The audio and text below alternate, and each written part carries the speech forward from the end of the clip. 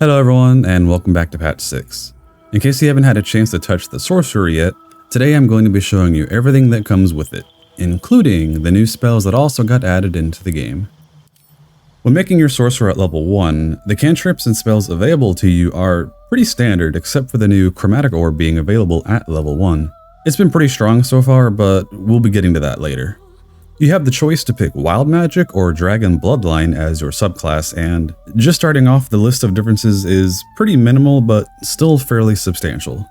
Choosing the Wild Magic path gives you access to random effects that happen ever so often whenever you're casting spells. For example, some of the effects I've seen so far have been creating a smoke cloud, switching places with my target on any spell that I cast, or just healing everyone around me whenever I cast a spell. I know there's definitely more out there, but those are just a few examples I've come across so far. And tying this in with the Tides of Chaos ability hasn't been all too crazy so far. You toggle this ability on your action bar, and the next attack roll, ability check, or saving throw gains advantage. The trade-off for using this is an increased chance of triggering wild magic effects, and after playing through to level 4, it's definitely worth using more often than not. Switching on over to the Dragon Bloodline path, other than gaining one more hit point over the Wild Magic path, there are only 4 things you need to worry about. Firstly is the fact that all of your Sorcerer levels will increase your max HP by an additional 1 every time you level up. Secondly, your armor class score gets an extra 3 when you're not wearing any armor. This means that things like robes and other simple clothing won't count against you. Thirdly, choosing which type of dragon your ancestor was will grant you 1 additional spell that varies between each choice, as well as extra damage and resistance to the elements that your choice is tied to when you reach level 6. The current cap is still level 4, but down the line when we finally do hit level 6, for example, if you choose the Red Dragon ancestry, your fire damage spells will become more powerful and you'll become more resistant to fire. And fourthly, the last thing you need to worry about when picking the Dragon Sorcerer is scale aesthetics. Beneath the Dragon Ancestor list and over at the bottom of the appearance list, you will have the freedom to choose which scale pattern and colors you want for your character.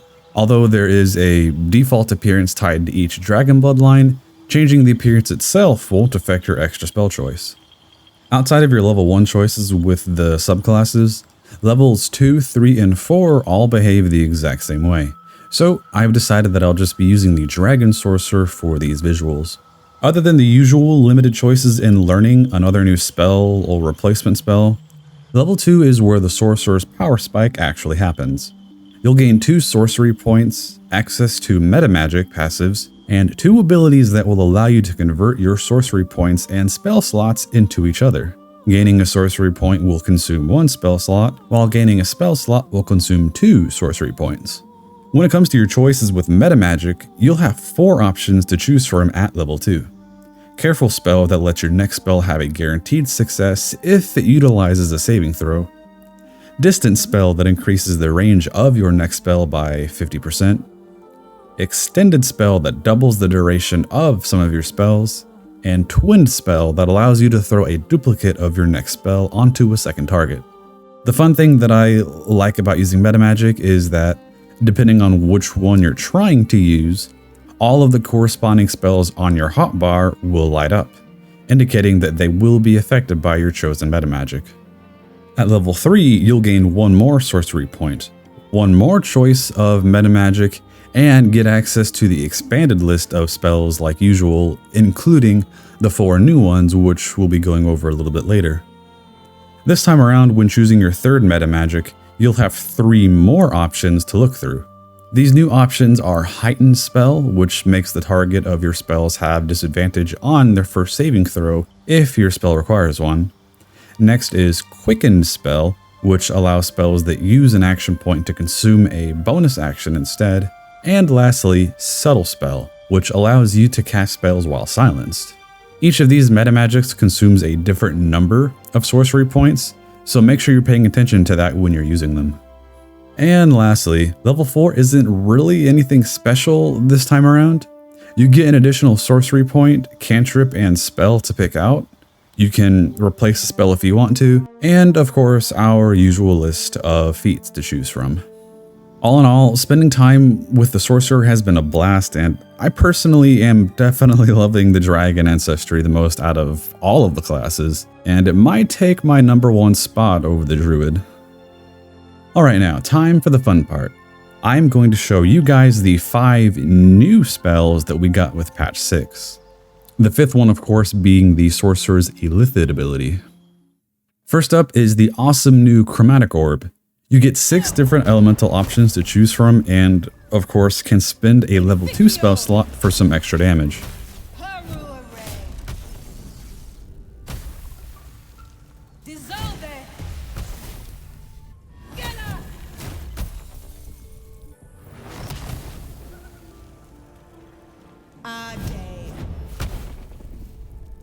Next up is Enlarge Reduce.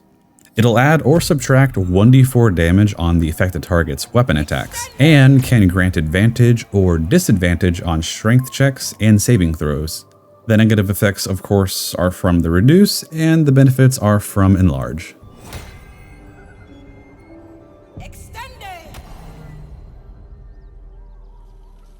Thirdly, we have the Cloud of Daggers that deal 44 damage each turn. Sadly, we can't move it around like some other spells can, but it definitely still hurts anyone that stands in it.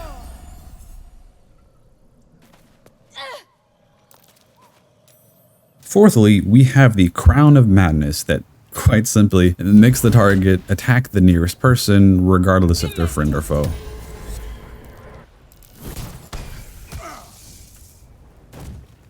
And lastly, our shiny new Illithid power. This one is actually really good.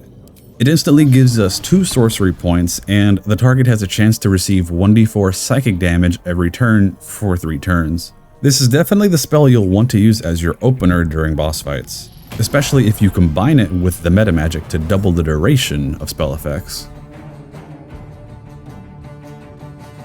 And there you have it, everyone. The Sorcerer and all of its early access glory. Even though I haven't had a chance to touch the Grimforge yet, I've been having a fun time messing around with the Sorcerer and all of these new spells. If another power spike for us is supposed to happen in general at level 5, then oh boy, I cannot wait until level 6 when our Dragon Ancestor buff takes effect for increased elemental damage. Combining that with items like the poison robes we get to find from the Phase Spider Queen is going to make our damage absolutely insane if we plan things out correctly. I hope you all enjoyed this video. If you made it to the end and liked what you saw, then please like and subscribe to the channel. Until next time, everyone, stay safe out there.